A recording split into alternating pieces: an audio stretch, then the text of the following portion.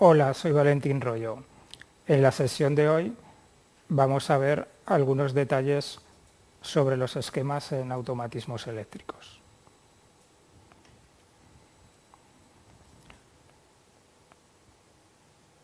Vamos a ver los símbolos que componen el esquema, aprender a numerar y designar los distintos elementos y vamos a entender cómo se relacionan los elementos entre los distintos planos mediante las referencias cruzadas.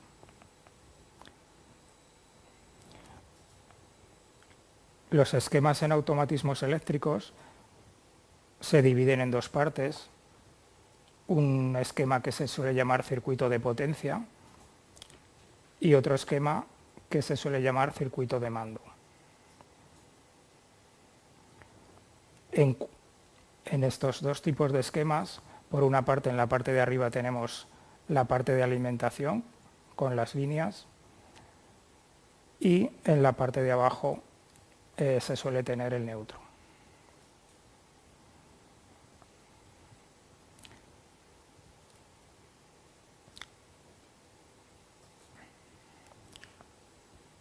Fijaos el tipo de identificación que se utiliza en este tipo de esquemas. Se suele utilizar una designación por medio de 3 letras y a su vez pues la identificación de los conectores.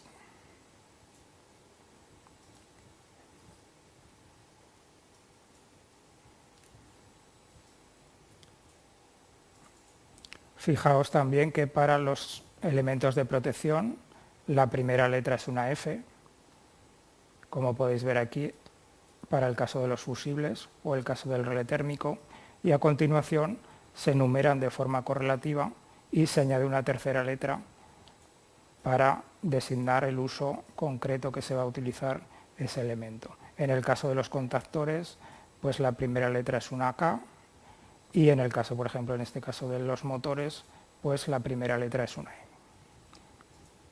Esta identificación debe ser única. Y en el caso de los pulsadores, pues la primera letra es una S. En este caso tenemos el S0Q y el S1Q. A la hora de colocar la numeración de los terminales, cuando el contacto o el elemento se coloca en vertical, pues se tiene que colocar a la derecha y cuando está en horizontal se colocan debajo.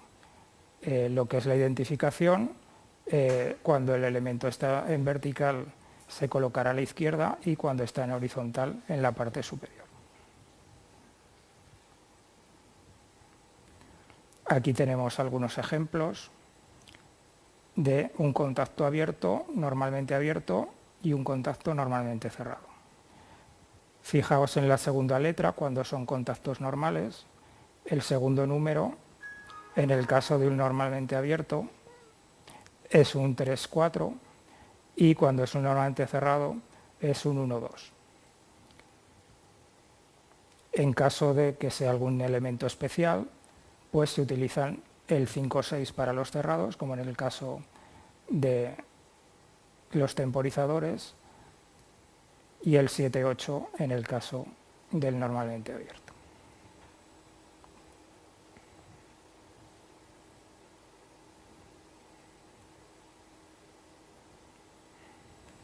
Otro detalle en el que os tenéis que fijar es cuando tenéis varios elementos que actúan conjuntamente o se refieren al mismo elemento, pues se unen entre ellos con una línea punteada.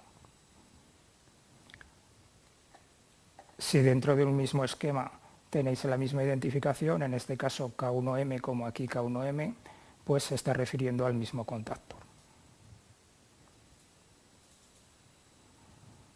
Aquí tenemos otro ejemplo de utilización de la línea punteada para designar que este contacto abierto S1B 1314 corresponde al mismo elemento que este otro 21, 22 y lo mismo con este y este otro en el caso del S2B.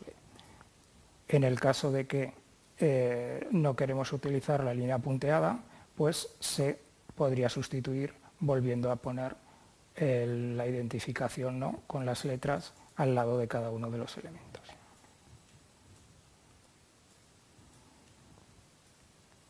Aquí tenemos otro ejemplo en el que a veces podemos tener más de una tensión de alimentación en el mismo circuito.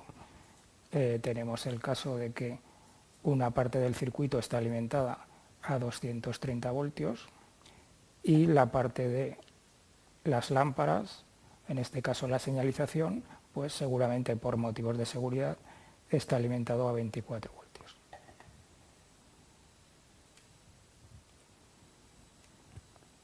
Otro de los detalles que lleva muchas dudas es la utilización de las referencias cruzadas.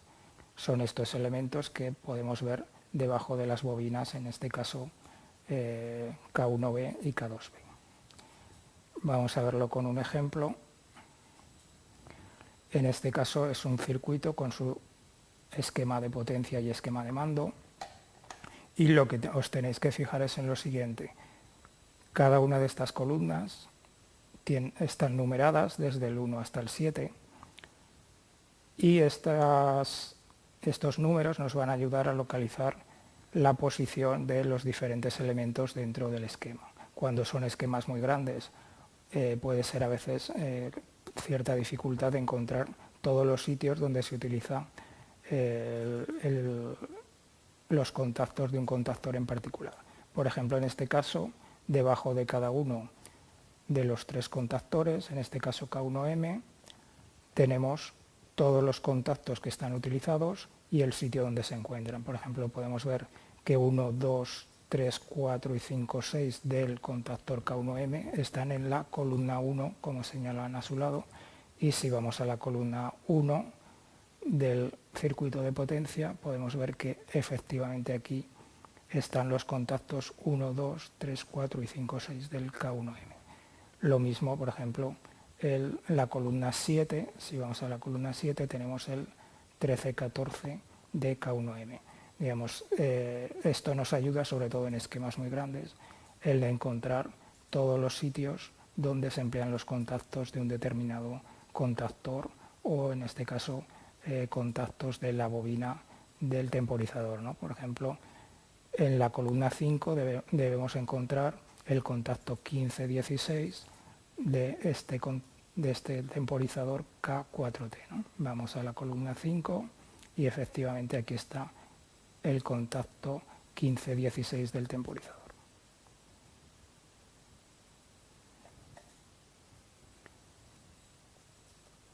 Y esto es todo por hoy. Muchas gracias y espero vuestras dudas a través del campus virtual o a través de la plataforma de SITAE.